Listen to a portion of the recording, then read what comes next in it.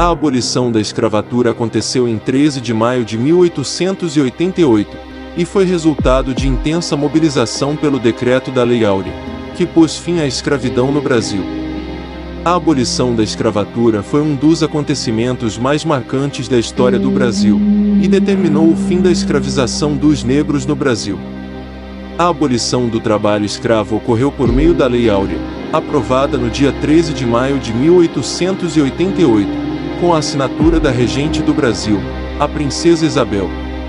A abolição da escravatura foi a conclusão de uma campanha popular que pressionou o Império para que a instituição da escravidão fosse abolida de nosso país. Neste vídeo, vamos voltar um pouco ao passado e contar esse grande feito aqui em nosso país. Mas primeiro...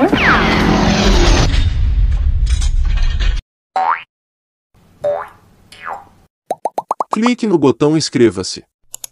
Ative o sininho das notificações. E marque a opção todas.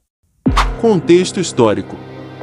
A abolição do trabalho escravo foi um assunto debatido em nosso país ao longo de todo o século XIX.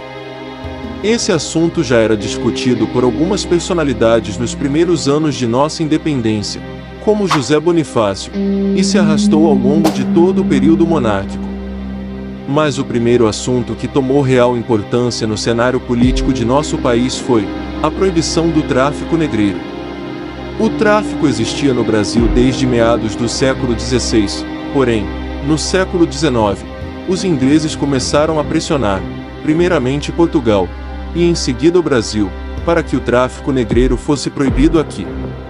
A pressão inglesa fez o Brasil assumir compromissos com a proibição do tráfico negreiro, na década de 1820. Esse compromisso resultou na Lei Feijó, de 1831, mas mesmo assim, o tráfico negreiro continuou desembarcando milhares de africanos todos os anos no Brasil. Em 1845, a Inglaterra, enfurecida com a postura permissiva do Brasil com o tráfico, decretou o Bill Aberdeen, lei que permitia às embarcações britânicas invadirem nossas águas territoriais para prender os navios negreiros. O risco de uma guerra entre Brasil e Inglaterra por conta do Bill Aberdeen fez com que fosse aprovada uma lei, em 1850, conhecida como Lei Eusébio de Queiroz. Essa lei decretava a proibição definitiva sobre o tráfico negreiro no Brasil, mas permitia que os africanos que chegaram após a lei de 1831 continuassem como escravos.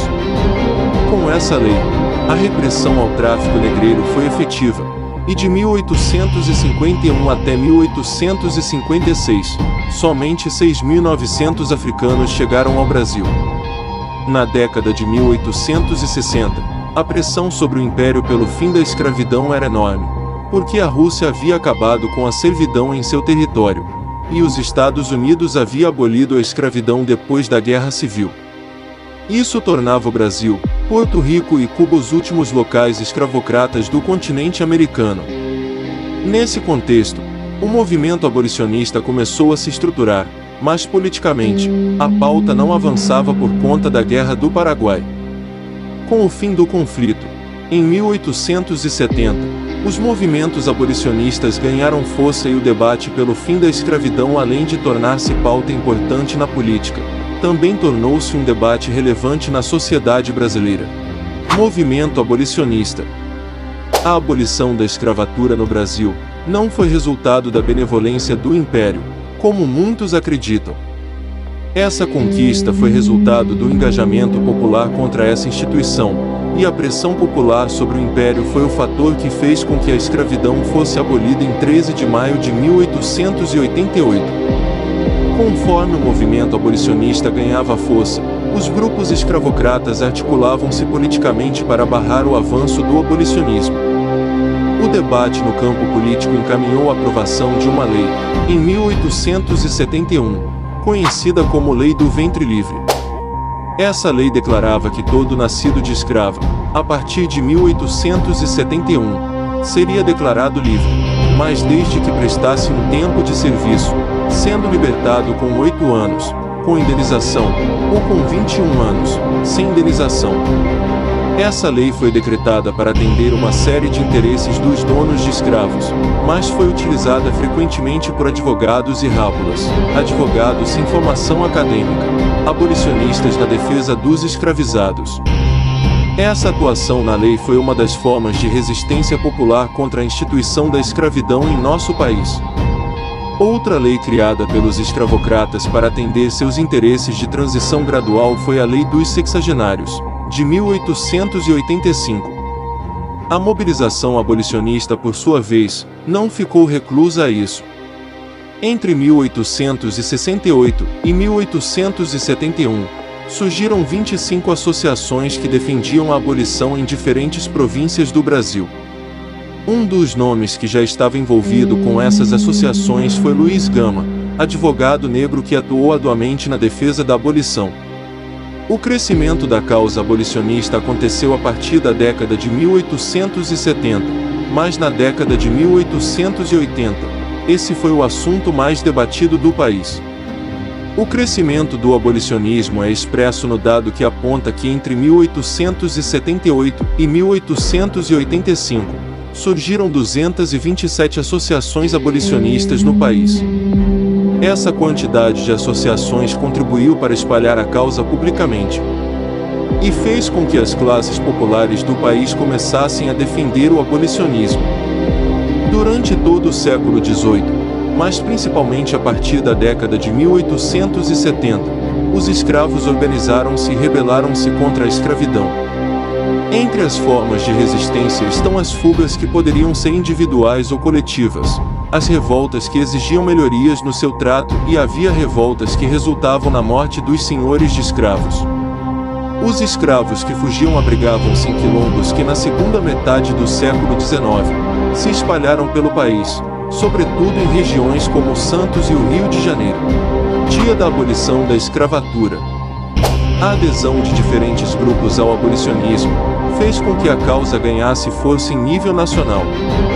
Essa ação, como percebemos, mobilizou os próprios escravos, contou com a adesão de diferentes grupos da sociedade e tomou espaço no debate político. Em 1887, a situação era insustentável.